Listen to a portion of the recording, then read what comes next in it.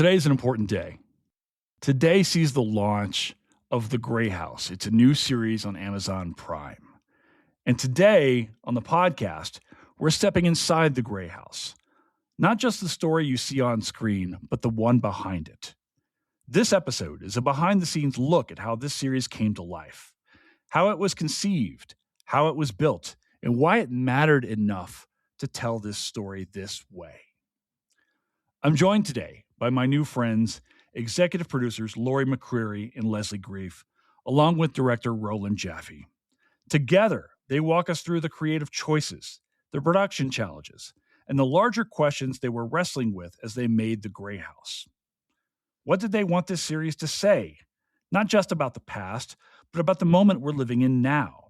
And what do they hope stays with viewers long after the final scene fades to black?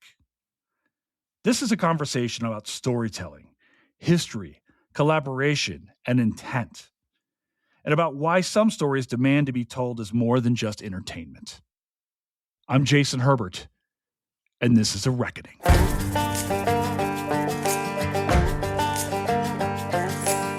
My name is Jason Herbert. I'm a Southerner who lives in the West.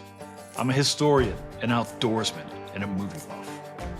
I like finding new answers to old questions, and this is A Reckoning.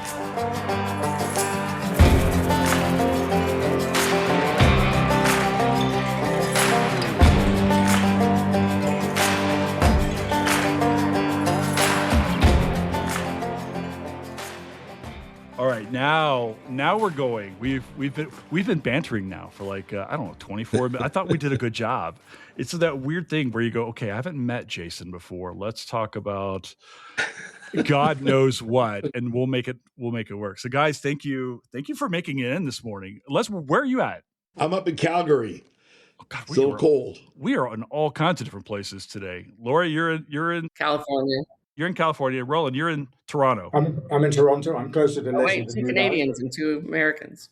I'm heading to Vancouver in like a couple of weeks. So it's cold. Oh, yeah. It's been like 74 degrees here in Colorado. We've had no snow at all out here in the mountains. It's been a horrible year. So we're waiting, and I'm afraid we're going to have a really nasty fire season is the concern. So we'll see. But guys, we made it in here to talk about this show, The Grey House. I am so excited. We want to talk today without spoiling the series, but also talk a little bit maybe about how this show came to be, what the stakes are. I guess maybe I want to just jump into it. Laura, you were talking before we got started. This has been a show that's been in gestation for a long time. This has been a process to bring this to light. Can you guys talk a little bit about how this story kind of came to be? Like, what's the origin? That's a good story, Leslie. Why don't you start since it started? All right. Well, all right. Going back to the beginning, I had just finished doing this miniseries, which was successful, called The Hatfields and McCoys, and coming off of that, back in the day, Lifetime had come to me, and they were trying to get into the competitive world of limited series, and they said, "Can you find a story, but it features women? It could be at any time, place in history in America, but just find something." So I had a crackerjack researcher, Laura DeClute, working for me, and I had her going on and on. And she came up with this story. And when I looked at it, I said, this is something interesting. And kind of shortcutting it, I went to Lifetime.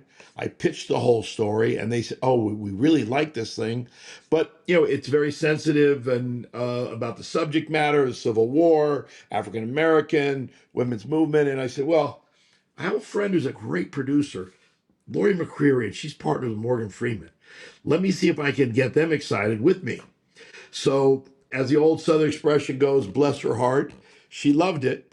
Morgan and Lori came in, and we had like a 2-hour meeting in my office, and we just kind of yammered about it. And I said, "Who should we get?" And at the time I said, John Sayles would be great. Oh, we worked with John Sayles. And from that point on, the project launched. And Lori and I became fast friends, as did Morgan and myself, and we started this long journey. And the project kind of faltered. The network went out of the scripted business, and John Sayles got preoccupied with other obligations. And as the years went by, I decided this is too good. I can't let it go. And I went off and just started writing it. Then I called my old writing buddy, Daryl, and we went back and we wrote the miniseries. So then I go and I get, but I need the juice. So I sit back and I say, all right, I got to call a favor in. Let me go to Kevin. And I call Kevin Costner and I say, KC, I got the one. And here's the good, you don't have to act in it, but I need your help. And then he read the script and was enthralled with it, loved it. Then out of the blue, I call Lori up and I say, hey, Lori, I got good news. She says, what? Kevin Costner's in with us. She was like, really? It was like years later. She was shocked. I said, yeah. You and Morgan still in? She said, of course we're in. So that then kind of led to a big summit meeting at Paramount with Morgan and Kevin and Lori and myself. And we went in for the big pitch. And I must tell you, walking in a room with Morgan Freeman and Kevin Costner with the big brass, because they're not taking the meeting to turn you down, but to listen to these two men, they were awe-inspiring. They were articulate, they were passionate, and they talked about the relevance of the piece. And at the time, they talked about the parallels to history from today. And then at that point, once they said yes, the first question is, well, you need a director. You need a lot of directors. You got 8 episodes. And I've been very fortunate to meet people in my life, but I've been blessed with working with Roland Joffé on 3 different projects. And the first thing I said to Lori, I went, Lori, this is Roe. I'm telling you, this is Roe. And she said, well, I can't wait to meet him. And then you take it from there, Lori.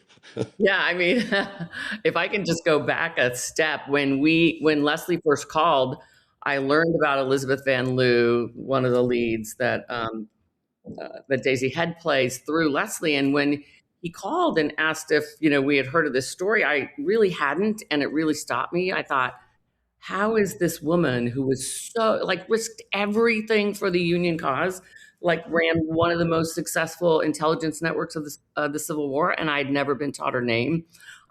Morgan and I had a project about Mary Jane Bowser, or Mary Jane Richards. So we knew her, but we didn't know her part in this spy ring. And so there was this emotional click. And I realized that these women had been hiding in history the same way they hid during the Civil War. And it felt like at that point that it was a responsibility for us to get this story out. And so that's why when Leslie called so many years later, after it laid fallow, as these kind of projects often do, we were completely in. This was a thing when I saw this, Lori. I was like, you talk about not knowing this. Lori, I've got a PhD in history. And when I got the call about this project, I was like, yeah, I totally know. And I had to immediately go dive. I had never heard of this at all. Completely unknown to me. And that, I guess, is maybe infuriating in some ways, because you're like, wait a second, these stories aren't being told. And now there's this opportunity to do so. Roland, what about you? How did you come to do this? You get a call from Les, or what happens? Yeah, well, yes. I mean, this is Leslie's habit. Suddenly there's a kind of telephone call. Ron, you've got to talk to me now. It's really important. We've got this project and we're starting in 10 minutes. And, I love getting those calls, because Leslie's really kind of has a very fertile mind.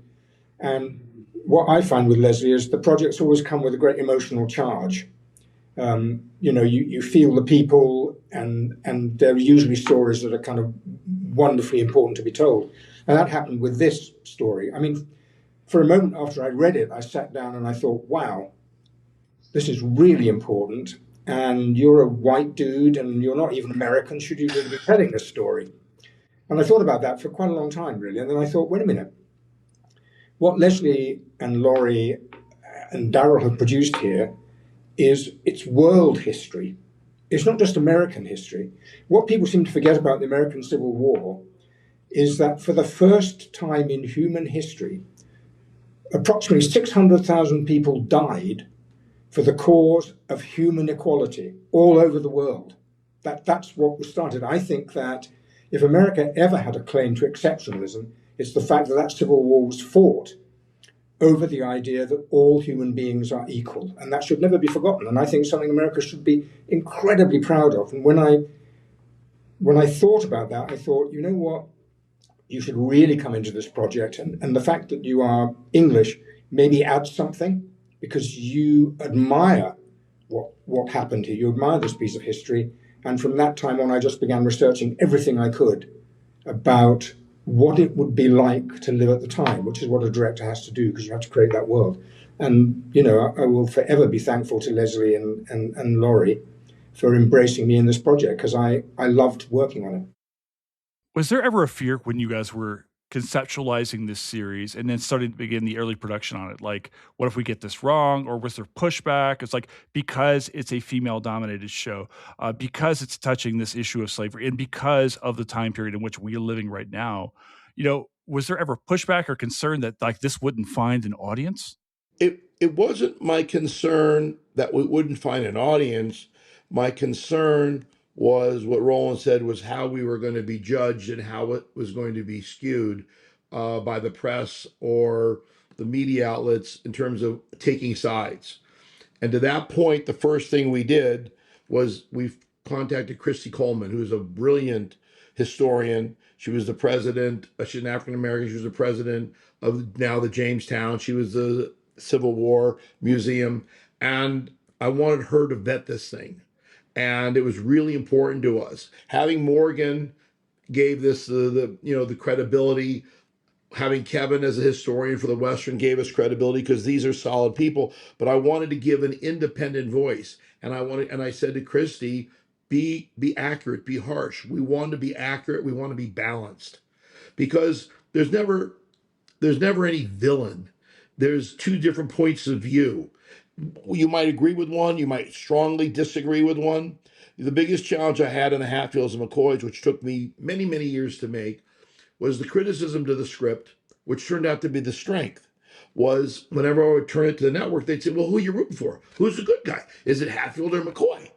And it was like, the first person who understood was Kevin, because people do good things for bad reasons, bad things for good reasons. So we wanted to make sure that in the telling of this piece, we had a point of view from everything. And once Christy endorsed it, I think it gave Roland and Laurie and all of us a level of comfort that we're balanced. Just to add to that, we had two, superheroes. One in Ben Vereen, who really, really kept the spiritual oversight. He kept speaking of his ancestors and wanting to make sure that everyone from top to bottom in the production really understood the importance to his ancestors to get it right. And he was there so many days, even when he wasn't on screen, talking to the background actors, talking to Roland. And the second one was Roland, who he has this rare sense of historical sensitivity and emotional storytelling. So I know, we all know he spent his career exploring personal lives that intersect with these large historical forces. And that's incredibly valuable, because he understands that history is not just these things that happened. It's really the human consequences. And that's what Roland would always get to when we were struggling with a scene or how to portray something. He was always looking at, how are these people being affected by these big events that are happening? I'll give you, Roland, one more compliment. The one thing that he understood, and we would arm wrestle, because we're like brothers, but Roland understood that we're also telling the story to a contemporary audience that has no idea, no understanding. So even though something might have been totally accurate, if it wasn't told in a proper way, he was concerned that we're going to be dismissed or criticized because it wasn't the way people could understand it. So the importance was getting the story and the human character across, and not being necessarily as accurate to a period. So we weren't overly violent. We weren't overly with the negative slurs. We weren't overly kind of what might have been more realistic in the time, or if you look at the older movies. But Roland found the balance to tell the story authentically. But at the same time, I believe what his super talent was to be able to make it so that a contemporary audience, young people today, cannot, I don't want to use the word enjoy it, but appreciate the story and get compelled by it. Yeah, Roland, actually, that's a really good point, Les. And I remember when I was talking to Zwick when he was on the pod, I asked him that very same question, like, when do you make these decisions over, like, making this contemporary, your audience, things like that. And Roland, maybe you can kind of expound on that. Like, one of the things I'm wary of in this podcast, people talk about this idea of rivet counting. I get people who come in, the history buffs, like, oh, there were 13 tanks at this battle instead of 6, or God knows what. Like, I'm not interested in that. I guess, Roland, in the question of, like, this is a dramatization. It's not a documentary. So how do you make these decisions on, like, where to color it? Because we don't have full stories here.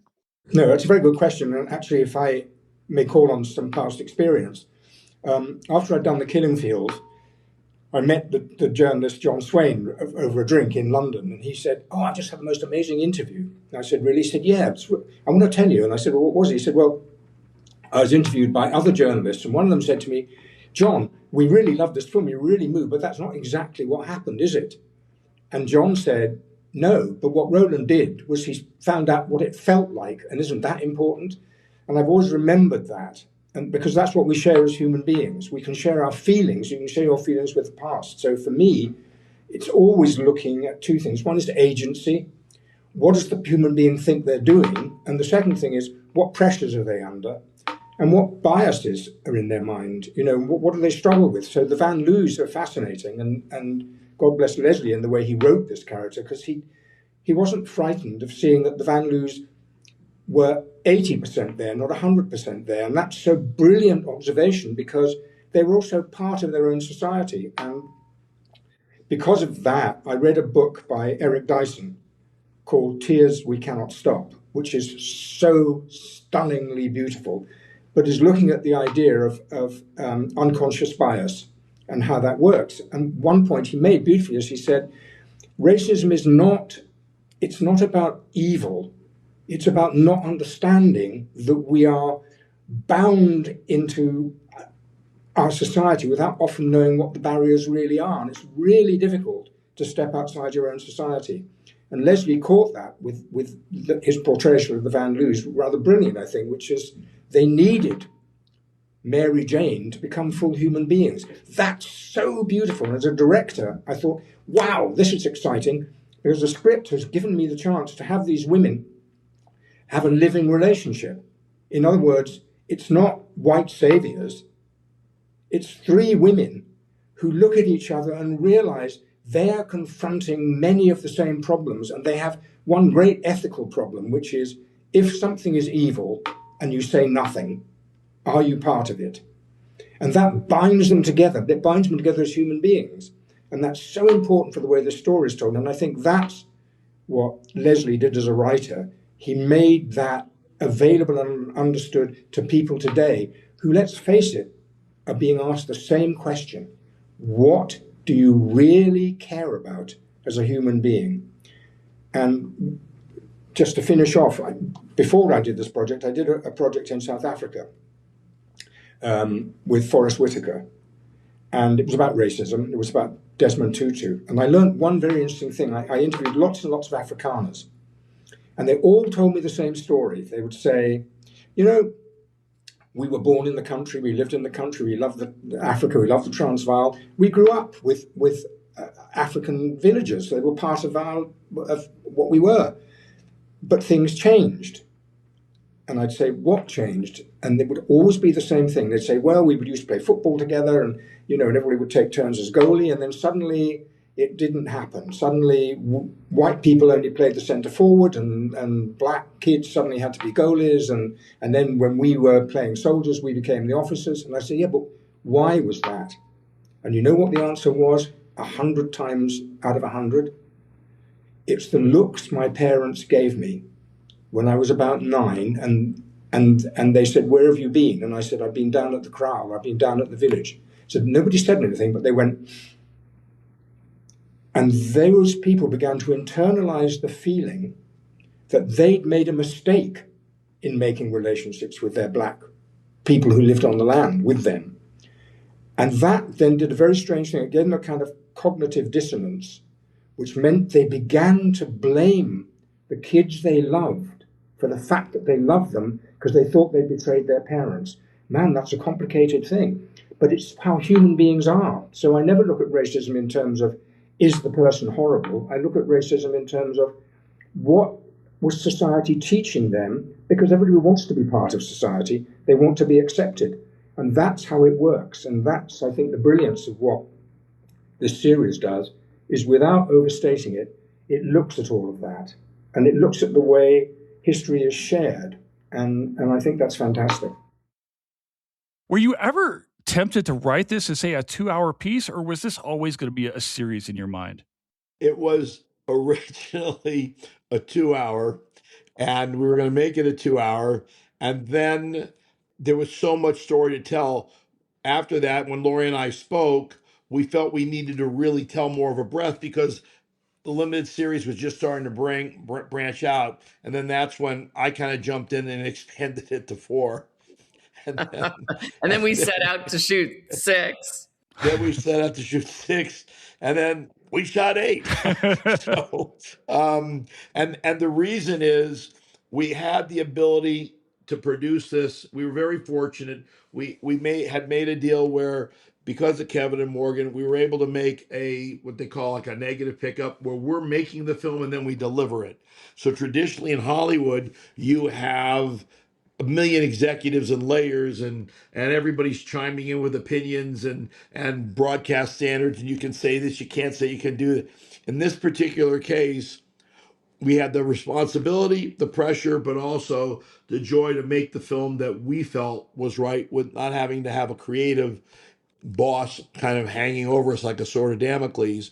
And that gave me and Laurie the ability to give Roland his freedom, and then the same thing through editorial, and that's how we were able to get the project. So we didn't have to cut to time.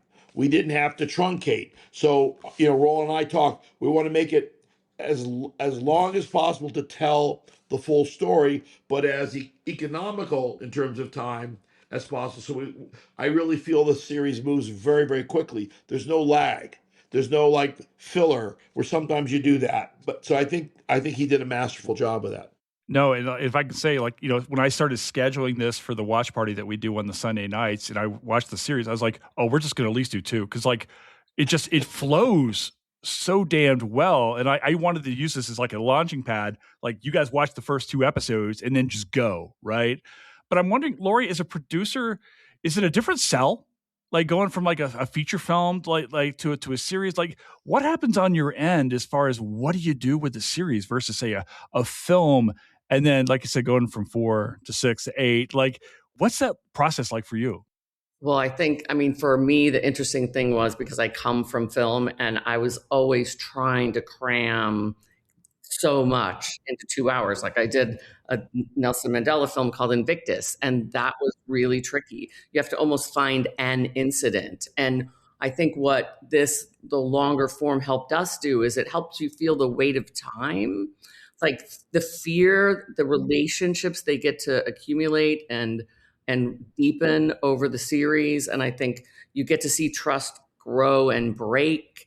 And that's very hard to do in a 2-hour format. So I think long form really helps the audience experience, especially at this time, this slow pressure that builds, that, I don't know, maybe it's a little bit more close to how life actually unfolds. Well, Lori, on this specific project, Jason, because we had a multitude of characters, Mm-hmm. and because we had so many storylines, if we had done a 2-hour movie, we would have had to slash the supporting characters. We would have had to simplify. And normally in a 2-hour movie, you have one dramatic through line and you're making your point. But the movie or the miniseries that all of us set out to make was to tell a story not only of these 4 women, but of both sides, and the characters representing both sides, and us going down the journey and seeing how both sides were affected and complicated in relationships. And we couldn't have done that in a shorter period of time. And that's why I always say the art forms are really different. A 2-hour movie has a certain desired need and ability to tell a story. A limited series has a limitation because it's got to contain the story, but you have an arc to be able to carry through. an ongoing series has to be able to create an individual episode every week as a whole story unto itself.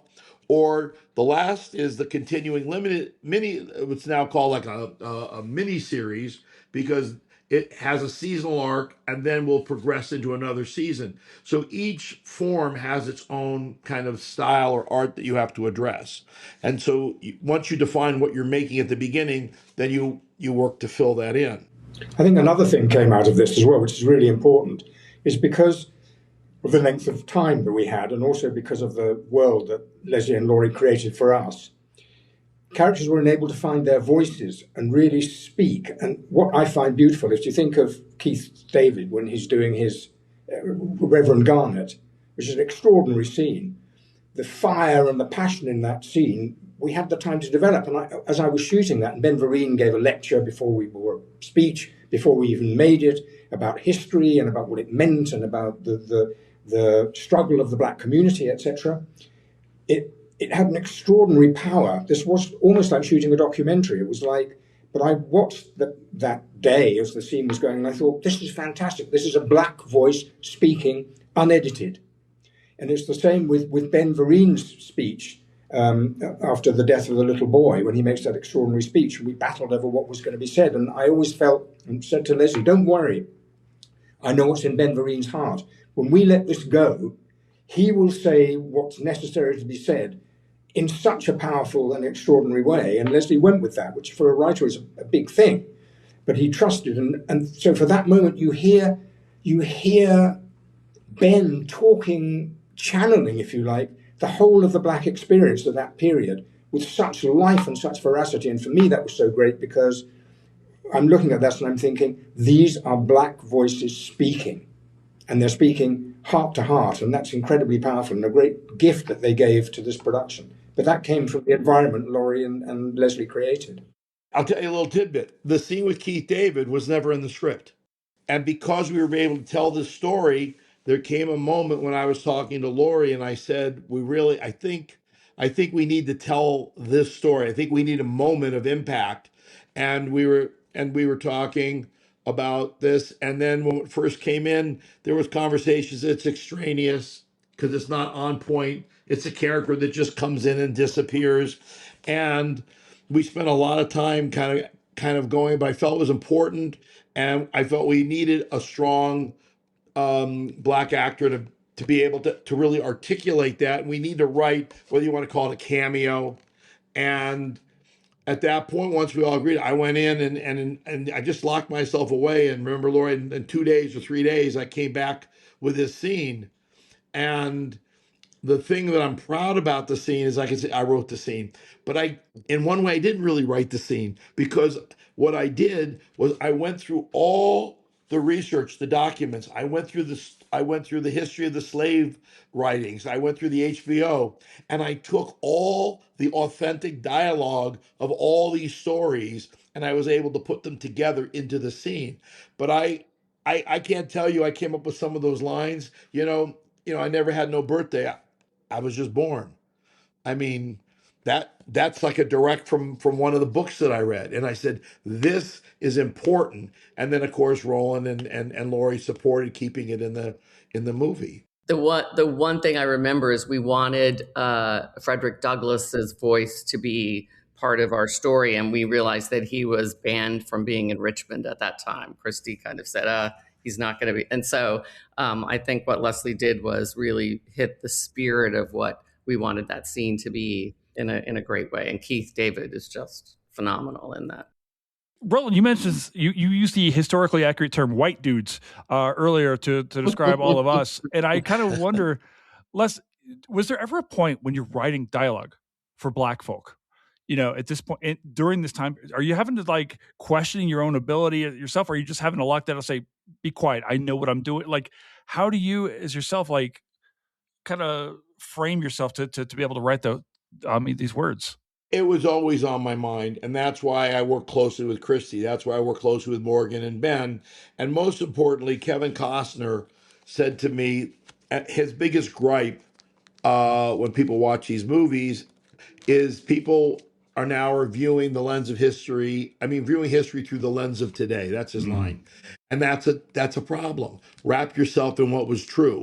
So that's where I kind of wrap myself into. This is what happened. This is the words. I can point to this. I can point to that.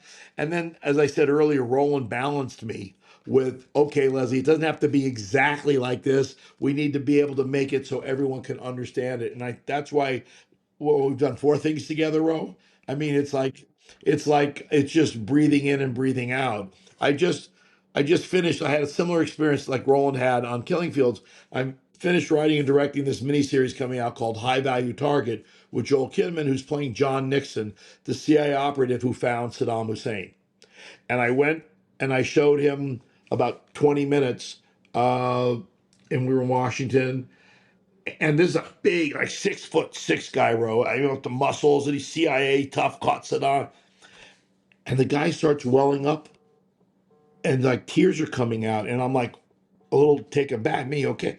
And he said, you brought me back. I didn't think. How could you find the lighting, the mood? And it was like, well, there was some light. He says, even if that didn't happen to me, it happened to my friend, and it did happen here. And he got emotional because it was not about the exact person at the right date, the right time. It was, we created the world that he lived in and the time. And he said, it was eerie to me that you brought back the sensory of me being there. And that's what we as filmmakers hope to always achieve. And that's what kind of grounded me with the script, saying, all right, let me dig into that and not be afraid of the criticism, but be open to constructive criticism. If I can add to what Leslie's saying, which is this discovery of what history gives you, one of the big discoveries, which I remember discussing with Leslie, was the slave patrol. Nobody knows about the slave patrol. Nobody knew the slave patrol wore uniforms, and they looked rather like modern day police. And I remember reading this, researching, and going to Leslie and said, Les, they have to be in it. They have to be in it because they were really there, but it means when people are watching it, they're going to see images that reverberate because of the blue and the uniform and then the idea of, oh, so that's how history works. It's got long roots.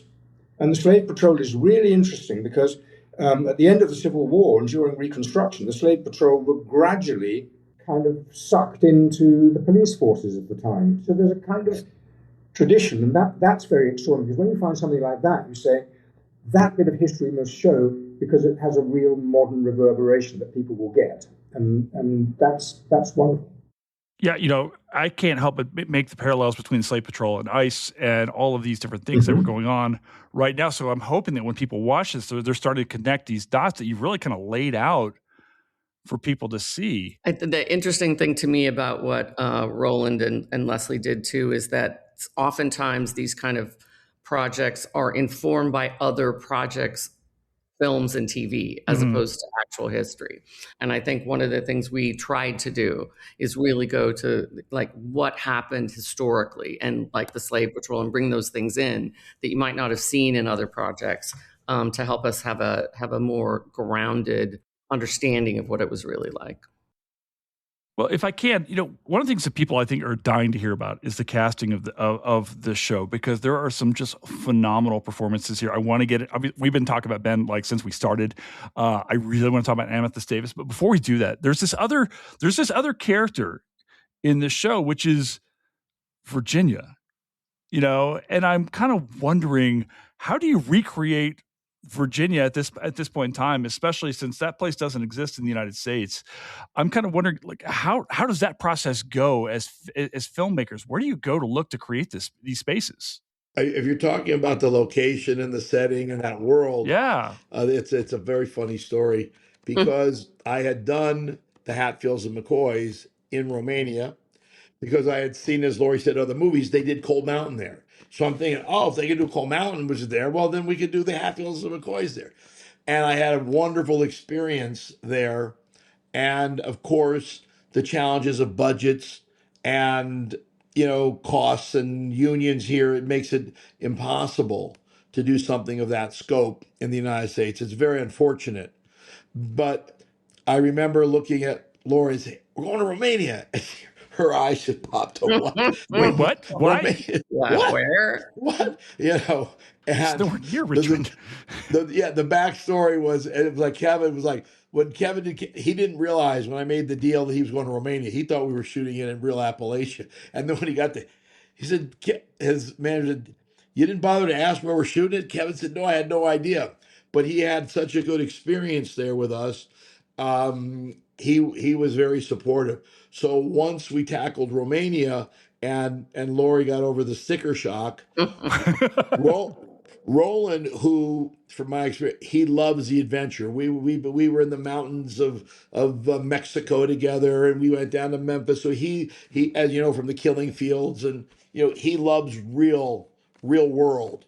And we had the opportunity to build a set, to be able to create that. And we had a brilliant production designer, Adi Corella, who won the Emmy for Wednesday recently. But basically, Roland got a playground. Our producer, Chrissy Bosnusco, kind of found this old beer lot, like acres and acres. And I marvel at you, Roland. You got to tell the story, because Roland created that whole thing with Adi, and it was like I would see it on paper, but I didn't know what I'm looking at. I couldn't understand. And they start building, and they're building, and then finally, Roland wouldn't let me come out until it was like ready. It was like a surprise And it was in the middle of Bucharest, like in the middle of Bucharest. blocks and blocks of Bucharest. And you take it from there, Ro, how you came up with building that. Yeah, I mean, it was. Well, I went and saw this deserted brewery. It was all falling down and was considered to be quite dangerous. But then, as I was looking at it, I thought, wow, this is really interesting. There were all sorts of sets delivered here. There are prisons, there are streets, there are all kinds of things. All we need to do is to do the makeup, really, kind of redress them. So I went another day with Addy, and I said, look, Addy, don't you think this could be a street? And he would go, yes, yes. And I said, and if that's a street, then we could do this, and that could be a prison. And we'd go inside and tumble over fallen bricks and whatnot. And he'd say, yes, yes. And the more he said yes, yes, the more excited I got.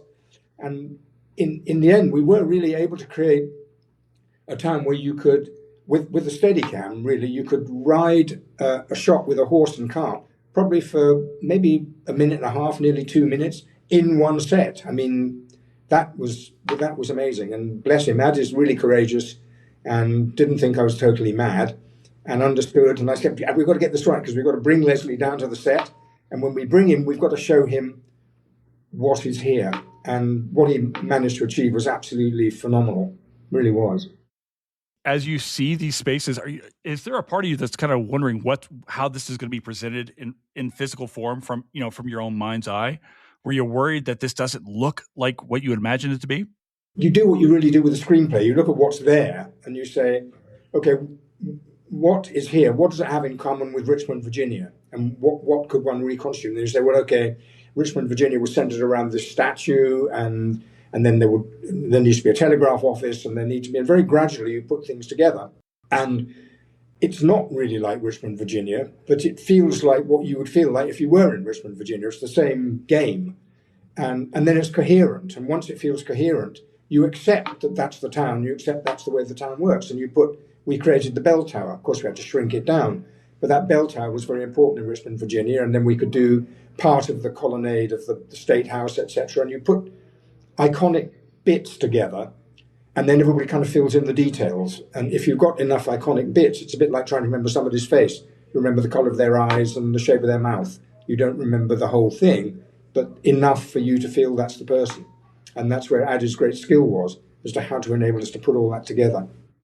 And so may I extrapolate, Ro, on one point. If you're talking about Virginia as a character, and very important, there are two things that are equally, if not even more important to Virginia, but there's something no one ever really notices.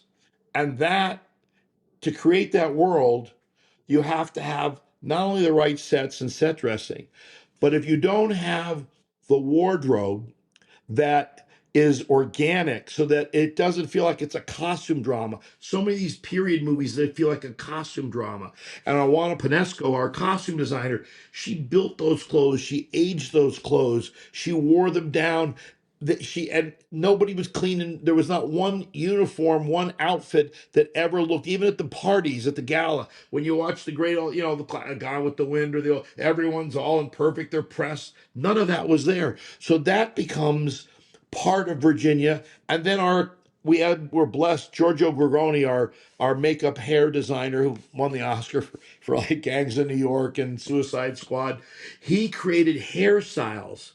He studied. He actually got the beards and the mustaches accurate for the real life characters and for the supporting characters, so that when you add the right makeup, Mary Louise wanted no makeup. She said women didn't wear makeup at my age in those times. And when we first saw her, I was like, oh no. She said no, that my character wouldn't wear this kind of makeup.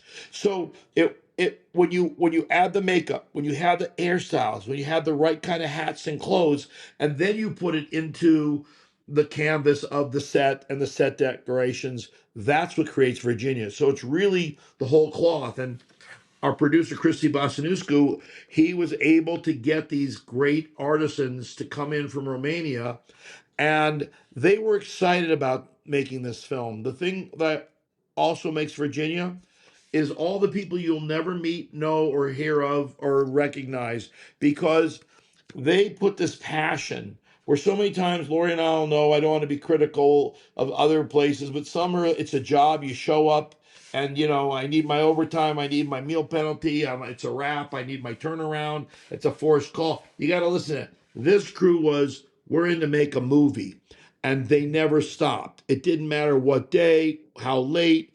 And all of a sudden, they created the world because they gave us the time. They gave us and Roland the ability to actually capture what we have and not shoot a page count. So that's how we got Virginia. Well, now I want to ask you guys, and Lori, like, you've worked with so many amazing actors. All three of you have, right? And I'm kind of wondering, the casting on this thing, how does this come together? I've had other filmmakers on the show, but I've never really been able to say, hey, when Ed was on, he talked a little bit about some people who's on, but like never about going out and getting people. What's that like? What were the decisions that get made? Because the performance in this are just terrific. Well, it started with Fern Champion, our amazing casting director, and Roland has this unique ability to spot something that you might not see immediately in a performance and pull at a thread and get something out that becomes extraordinary. And of course, we had like what we might call our anchor, which is Mary Louise Parker, who played Eliza, and she has this ability to hold this strength and vulnerability at the same time. I think she's not a conventional hero, and I think the emotional truth of her emotional truth kind of anchors the whole series. And Roland's able to like get in there and really help every cast member understand. And I'd love for you to talk a little bit about that, Roland. Understand where they were in that moment. Yeah, I think. Well, I should say absolutely second what Laurie's saying about Fern. Fern is kind of brilliant, but so is Leslie. Leslie has a really, really good eye for cast. And rather like I do with actors, I quite often want to see what Leslie and Fern would come up with. So I sometimes not interfere and say, no, you go, show me what you think. And whatever we chose, the choices they come up with were always really fascinating and interesting. And then the discussions were really important. But generally, I think once in the way I like to work with actors, if we go back to this idea that you're finding what people feel, I work on their characters, and the way I actually do that is I kind of do what Leslie calls my Svengali things. I do a kind of dream sequence with the actors where I get them to have memories, because it struck me a long time ago that it's no good giving people psychological notes. It's no good saying you hated your father or you've got a Hamlet complex. But if you can give an actor a moment, if you can, with his eyes closed, and you can say, this happened with your father, you were doing so-and-so and you dropped something and your father hit you. You never have to say anything again. But that gets absorbed into the actor. And then if in certain scenes that's going to come up, not necessarily with his father, but with an authority figure, And then what happens is something very real, because the actor is often surprised by the emotions they feel in exactly the same way we are in life. So I've learned in rehearsals not to rehearse things so nobody's surprised by what happens in the scene, but to give actors support and an inner life that means when they're in the scene, they are free to really be in it and respond and react and not be frightened. And once you create that, something very, very alive happens. But with that, you are really calling on the inner resources of the people, someone like Amethyst, Daisy. I would say if there are great performances in this, I would never take any credit for them. What I would say is, if those performances are great, it's because those people lived inside those actors and actresses. It's them. My job is to enable them to come out. So that's why I wouldn't take credit for it. I'd say what you see in their performances, that's their joy and their glory. That's what they're giving. I would like to make an interesting point, which was a decision that we all had made, was when we look at the cast. Sometimes you want to get all the big movie stars, and at times you're watching movie stars and you love it because of you're watching Robert De Niro and it's a great performance. But we really wanted to talk about how do we create a world where you're not necessarily looking at movie stars, you're looking at characters. And the Mary Louise Parker was able to completely lose yourself into this society woman. You don't see Mary Louise Parker. And so the few actors that we were able to bring in that were brilliant character actors, Chris McDonald, Paul Anderson, Rob Morrow, Rob Nepper, obviously Ben Vereen and Keith David. These are statured actors that were skilled, but they're chameleons as actors. They're not actors that are like, I'm the movie star. These are actors who could lose themselves into a role and transform their hair, their makeup. Robert had the crazy teeth, and but once you got that as a base, they became the inspiration for us to then go and cast what I would call relatively unknowns or newbies. And Roland, I gotta be honest, I know I got you. So when people were remember, they wanted us to cast a couple other women for the role that Amethyst took. And I said, no, Roland's got this. And like, are you kidding me? We got this person and that person was the star of this, and we could do this. And we said, you know something? No. We want a character that can be organic and no one's gonna have any past baggage with. And knowing when you've got someone as brilliant as Roland that wants to get him out there, he's kind to say, I can cast. I think I have a nice eye. But Lori supported me and saying, you know what, let's get these great actors. And then you turn Fern Champion loose, and she casts from all parts of the world: London, France, Australia, America, Canada. So when you have the world to choose from and someone who can bring it together, that gives us another freedom. And that's how we were able to get this great cast. No, and it works so well, especially with like Amethyst, right? Because for so long, these stories we don't know. Like I said earlier, I didn't know this story, right? I'm supposed to know these stories.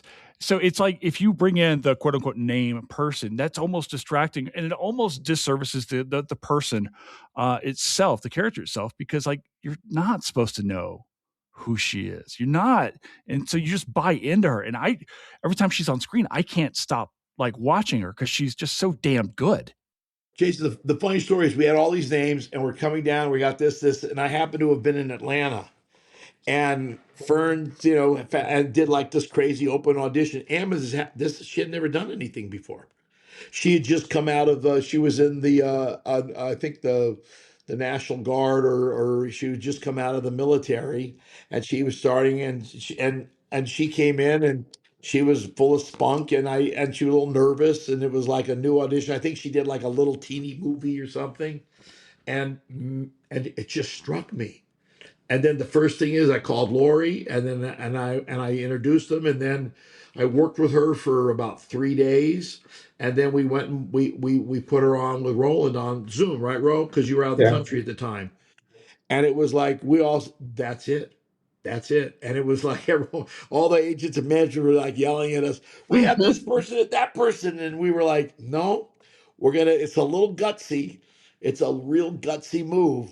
But Roland wasn't afraid, so I wasn't afraid. Well, it was a great thing that happened with Amethyst. It was on that Zoom, actually. At one point, she was talking about being in the military, and I said to her, what did you like about being in the military, Amethyst? And there was a pause, and she said, respect. And the minute she said that, I said, yeah, well, that's like Mary Jane, isn't it? And she got it. From there, it was, and I knew she would understand it. I knew it would be in her bones, absorbed, because inside that single word respect, I knew what a battle that was inside the military to get that respect. And you knew if she had that in her heart, she would get this character and love the character and internalize the character. And that's a great gift. And every actor that came there were completely committed to the role because the picture took longer. We were dealing with the pressures of the strike. We were dealing with long distance locations, drops and ads. But every character, every actor supported this project, and they got emotionally involved to the point where agents and managers were yelling at us saying we're costing their clients money and time and how could we do this? But the actors, they loved it. And that was the world that Ro created on the set. And that was the world that Christy had set up with in the production world. And it just became, they inspired us. It was kind of a mutual inspiration. You see the set, wow, you get excited. You see the performance, you get excited. You see this shot Roland had with the techno crane moving down through the thing, and it's like, wow, no one shoots like that anymore with the explosions and the horses running. So every day was like, for me, a dream come true because I was like a little kid. I dreamed about making the movies. I'm watching John Wayne and, all the big stuff, and like, man, it's coming alive. Well, we keep talking about this emotional aspect of making this because of the weight of this, right? And I'm kind of wondering, we don't want to spoil the series, but there's definitely, I want for you guys to talk a little bit about, were there moments, Laurie, Les, when you were like, there's weight behind some of these specific scenes here. And there's, I'm assuming, anticipation about shooting that particular scene, the production of that particular scene. Are there moments in this series that maybe the audience should kind of be looking forward to? That's like, hey, these are moments that we're really proud of, or like that really kind of center this entire series. I think it's for me, everyone's got their favorite, but what I love about the piece is the scope. We had over 12,500 extras. Nobody has that. That's insane. We had battle scenes. Everyone thought it was going to be a talking drama. At one point, I won't mention the name, but Lori had a friend. No, you just shoot this in a room and you walk and they're talking and and I was like, no, you don't know Roland Joffé. Every time we could get out of a room, Roland took us out of the room. So this picture has the scope of those 70 epic classic films that we all love, and they don't make anymore. So if you're a film fan, you're going to see an artist and direction that just doesn't exist anymore, other than if you're Steven Spielberg and you got every penny in the world. So at the end of the day, that's something to look forward to. And then being able to see points of view. When you have Jefferson Davis at a train station, we found an authentic train with almost 700 extras out there as he's giving his rallying speech. These are dramatic moments, to then small little moments like the Keith David scene where he's talking about he was never born and they're going to assassinate him when he walks out the door. So you can sit here and pick little parts, and you can pick the star-crossed lover. I won't spoil it, but there's a scene where two people, they're in love with one another, but they just don't, they're caught. As Roland said, they actually believe in the same thing, but because of their friends and family, they're on the opposite side. And then it's the story of self-sacrifice, because people self-sacrifice themselves in this story for their cause or their brother, their nobility, or their belief, rightly or wrongly. I think what Leslie's saying is what runs through the stories, I think, and it's why, in a way, I think each episode has something glorious in it. But it's a time in a civil war where people were called up to answer as to who they were, really who they were. And the battle would be in that, am I loyal to my state, to my family, to my thing, or am I loyal to an ethical position? Those are really genuine battles, and we're fighting them again. There's absolutely no doubt we're being asked the same questions. Who are we? What does it mean to be an American? What does it mean to be a human being?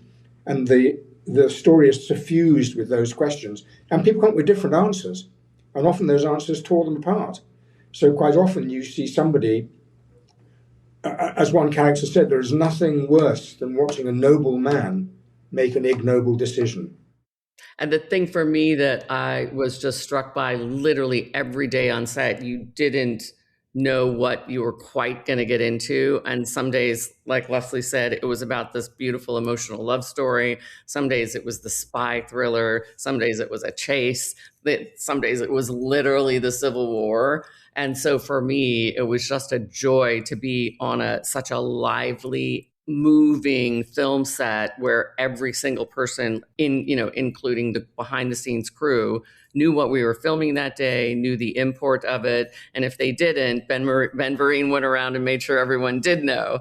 And I remember being there on the actual 4th of July, filming at the big house and being so just moved about, how many people had sacrificed for the freedoms that we have today, and that so many people are continuing to sacrifice to keep our freedoms. And it just kind of felt like it was full circle in that moment. So a surprise I had going into the series as I was able to start watching it was, I thought, okay, this is going to be inspiring. It's women. I wasn't prepared for the expansiveness of the series. And I'm kind of wondering, as filmmakers, were there surprises for you as the series starts to develop and you start to see these things? Did the show surprise you at all? Well, what surprised me was seeing the words come alive with the performances, because you always have a rhythm in your head. But then when you get great actors and great directors, they're bringing nuances and things that you don't see necessarily, or another point of view, or they deliver a line a certain way. And then all of a sudden, it takes a rhythm, and you see, we had the idea for Stokely. I mean, he was written as a certain kind of a villain. And Paul Anderson just threw that kind of point of view out and created this whole fabric character. He's from Peaky Blinders. Mm-hmm. And I mean, I would never have imagined Stokely in my mind. I mean, the words were there, but his delivery, his nuances, and that's what's exciting for me, because he had the ability to take what was on the page and then actually expound on that. I mean, he's a kook and a great guy to work with, but it's I think through his kookiness, he was able to just all of a sudden kind of transform. Remember that scene, Roland, when you called me and you went running out and you said, when the guy was crying and you thought he killed him, and then you said you never expected him to do that? Yeah, he did create a living character, and that's what really rather wonderful, because that's what you need. I storyboard everything so that everybody knows what's going on. But having done that, there's a freedom there. You say, okay, within the storyboard, now that we've got to let the actors live and develop. And what happened at one moment is there was a sequence where some of Stokely's men get shot, and Paul just kind of burst into tears. And I thought, God, this is extraordinary. This is absolutely right. Because it's not that he has no emotion. It's that his emotions are all over the place as a character because of his interior cognitive dissonance. So it's not he is a man who hates everybody. No, he's a man who loves certain things but can only think in certain ways, and is being torn apart by his inner struggles. And his hatred, as we said earlier, is really his inner guilt projected onto other people, where he is blaming them for feelings that he really feels himself. And Paul caught that by suddenly being tearful about one of his men that got killed. It was totally surprising. And I remember going to Leslie and saying, Les, you've got to see this. It's extraordinary. I mean, sometimes Paul, we worked with an alligator one day, which Leslie insisted on. And the alligator was also rather surprising, because one day, when we were shooting it, it actually jumped out of its cart where it was supposed to be and went kind of around, and there were lots of kids around, and I was thinking, I suppose it's going to eat 2 or 3 of the children. I wonder how many we can get away with. But it symbolised something for me that's really interesting. You always want the alligator to jump out of the cart when you're working with an actor, and Paul would often do that. They yelled at me to bring that alligator in. I had to bring it in from Austria. And there's, we should have a rubber alligator. No, we should have a mechanical alligator. We don't need an alligator. But we got the alligator, right, Ro? You did. he was a great contribution. I'm already wondering about the elusive reptile sourcing business spawning off in Europe right now, and why I'm not getting in on this right now. The thing that surprised me the most, I think, is what Roland just hit on, which is the emotional intimacy. Because on the page, when you're reading it, it feels emotional in some way, but when you're actually seeing the faces of these actors and what Roland can pull out of them and what these actors did, I think it has this emotional through line that really surprised me in some way. You want it to be there, but you're not sure you're actually going to get there. As we're kind of coming down to the end of this episode, I'm kind of wondering a couple of different things. So much of what we talk about right now, we alluded to this earlier today about the ideas of monuments and memories, how we're thinking about slavery, about the nation's founding. Ro, you had this wonderful discussion about, this film or this conflict in world history, right? I grew up, my family to this day has their family reunion at the Jefferson Davis Memorial in Western Kentucky. I'm a direct descendant, Les, of the McCoy family. So when you talk about picking sides, I can tell you which side you should have picked, sir. But I'm kind of wondering, are you thinking about this series as a place of memory as we continue? We're coming up on America 250 here in 2026. How does this series fit into how we tell the story of the Civil War, of women, of Black folk, of America's place in history? How do you think about this, and how do you hope people will start to conceptualize this series? Well, jumping in first, I hope it's a cautionary reminder of what struggles our forefathers went through to protect us and build a world where we are today, and that we're aware, we become aware of the struggle of when hatred just becomes hatred, when tribe is just tribe, when it's blind loyalty, and the chaos that can ensue, and that we need to find, a moment of calm to be able to talk. So for me, that's like the hope. We didn't expect it at the time, because when we wrote this, when we put this together, we were trying to give a reflection of what the world was like. Because once you know what it was like, you learn how you get there. You see how far we've come, because we've come really far in a great way. But that doesn't mean we have further to go. So that was the original intent. And then as circumstances fall in line today, I hope people realize what extremism can do, and it gives them a place where it's more of an allegory, and you can sit back and say, okay, well, this kind of happened, and where are we today? What can we do to prevent it? So, I mean, I think for Morgan and I, we started our company Revelations to we'd say reveal truth, and we like to. It's sometimes easier to look back in history or to look at another place to kind of learn more about ourselves. And I think for me, there was something profoundly moving about realizing that people who were excluded from the power structures, women, African Americans, still found ways to literally change history. And I feel like that's a hopeful idea in there, that it means that agency, if you will, doesn't belong to just those in authority. It belongs to anyone who maybe is just willing to act. And for me, that's, I don't know, that feels like a message I care about telling and that I can get behind. And it gives me hope. Well, I can't say better than what Leslie and Laurie have just said. I'd probably add one thing as a European, as an Englishman, in looking at this. I hope people finish this series with a great sense of pride. I hope they say, this is what America did. And there's a little loop in this history, which is really rather extraordinary, which is this, and that is that America is a child of the Enlightenment. America is a child of a time when the world began to change and realized that kings, aristocrats, rigid imperialism was not the way the world should go. Enlightenment was a whole new discovery about human beings and the value of human beings. Where did it come from? Funnily enough, it came from this. Before America was really America, there was a French governor in Canada. This French governor was quite astute and quite interesting, but he heard there was a very, very interesting Hodinki chief And he decided to invite the Hodinkee chief, who was an indigenous Indian, to a dinner party where he would explain to the Hodinkee chief that European culture had everything that was necessary, and that's why the Hodinkee should give up their culture and become Europeans. And so the first discussion was the idea of a king. And the French governor explained the importance of the king, and the Hodinkee chief said, well, you mean your king can order someone to be killed?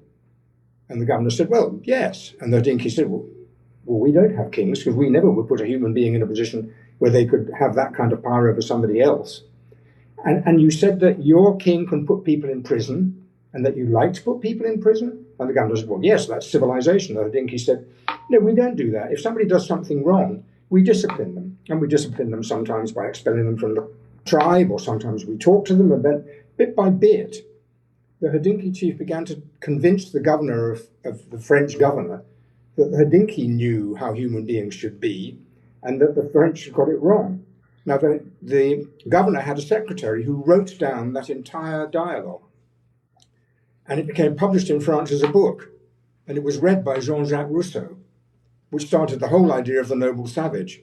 And that then gave birth to the Enlightenment in many ways. So you could say twice in its history, America has given us the most important thing, which is enlightenment, understanding what human beings are.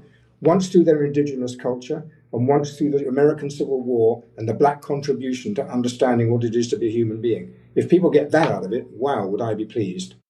Yeah, and to that point, Jason, there's one point I'd like to just mention, I know as you're wrapping up, that we worked on that I think is also a very strong piece, is we put a musical component to this series where John Debney and Bruce Broughton took the score and they made it a contemporary score, but they took classic structure of real themes, and they were able to create themes and emotion through melody and drama that today a lot of scores are what they call sound design. The music is accent, it's accentuated, but they kept the contemporary. They were able to blend the contemporary music and synthesizers and guitars with orchestral arrangements that really fill this whole piece with a sweeping breath of emotion. And then what we wanted to do was we put together a list of songs that and artists from all different walks of music, all different points of view. Because normally a show has one theme song, either a main title or an end song. And the concept that we had was, you know what, I don't want America to come in and say, oh, this is blue, and then they're coming from this point, oh no, this is red, and we're red, white, and blue. Well, what's the best way to do red, white, and blue is to have music from contemporary alternative rock to gospel to R&B to country to Americana to rap. And then we want to be able to put together the voices that are respected and that are inspiring and that people will really appreciate and the young people can click into. And because of that, we were able to get people as brilliant as Lainey Wilson and Shania Twain and Killer Mike and Yolanda Adams from the gospel world, the young artists like Drake Milligan and Larkin Poe. All of a sudden, these artists are now speaking. Scott Staff, from Creed, these guys would put together the voice and the voices from all walks of life. And we got the great songwriters, Diane Warren, who just got her 17th Oscar nomination, John Bon Jovi and Desmond Child. I mean, at the end, Moose Brown with Jeff Fahey and Aaron Enderlin. Moose wrote 5 O'Clock Somewhere. All of these artists were able to write these songs, and then we went to them. Shania Twain just did a duet for us, and she was very proud of this because she felt, even she's Canadian, it was a story about women and about women's journey. So when you listen to the soundtrack, you're going to be able to hear these songs. And the one thing that we did, Jace, was each song is tied into the specific emotionality and theme of the episode. So we have one episode, for example, by Warren Treaty, where they sing the Diane Warren song called If This Day. Well, that episode, that song comes at the end of the episode where Mary Jane, played by Amethyst, has to make a decision on life. She feels she's going to perish anyway. So is she just going to die and get killed? Or is she going to make her death meaningful? And she makes a determined decision that she's going to embed herself into the Grey House, foregoing her freedom. And at the end, she looks at Ben Vereen and she's talking and she's sitting there saying, well, if I'm going to die, did I live a good life? And the song is, if this day was the last day of my life, did I live it well? Did I live it nobly? Did I do what I needed to do? And that song is touching because it not only asks a question that we all ask ourselves today: what would we do if this was the last day? Did we love the people we loved? Did we say what we needed to say? And that's the strength, which then culminates our series with, I think, there was a song that we wrote that I wanted to have a basic anthem for the 21st century called The Heart of America, which was written by Moose Brown and Aaron Enderlin and Jeff Fahey. But I wanted it to be the uniting song, the one song that was about all of us. And the biggest challenge was, who could we get to do this? And in my mind, I got blessed. I got the movie gods blessed us, because I couldn't think of anybody in the world but my first choice. And I don't think I've ever gotten my first choice in my life. And that was the man who, when you think about it, was born during the Dust Bowl, and he grew up through the Depression, watching the world come to war, joining the Air Force in Korea, watching the civil rights movement, the invention of television, the advent of the record business, people landing on the moon, and at 93 years old, you realize he lived the most transitional century, I think, in history, and that was Willie Nelson. And to get Willie Nelson to sing The Heart of America, which is about what I've seen, but it's the heart, and we're looking forward. We've gone through rough times. That ends our show. And it ends our show with hope and spirit. And I dare say most people haven't shed a tear when they listen to that song, because we all are proud to be Americans. And that's what Roland said. We're all proud. We're all born to be proud of this country. The country means a lot to all of us, different ways, but in the end, that's what unites us. And that's something that I think is really important, and it's been a big help. Lori's been out working hard. Tell them about all the people you got, wanting to hear the music, which brings an awareness to the show. Yeah, it adds a whole, the audience of all these amazing artists has been really, really amazing, and coming around and really supporting this limited series. So for us, it's kind of a great bringing together of all sides and all parts of our American culture, which spans. And you can go to MCA Records. It's on Spotify. The soundtrack from the Grey House. It's pretty spectacular if you listen to it. Guys, I came into the series. Christy called me one day. I was out walking my dog and said, "There's this thing. I want to talk to you about it." Right? I was like, "Well, okay, whatever." Right?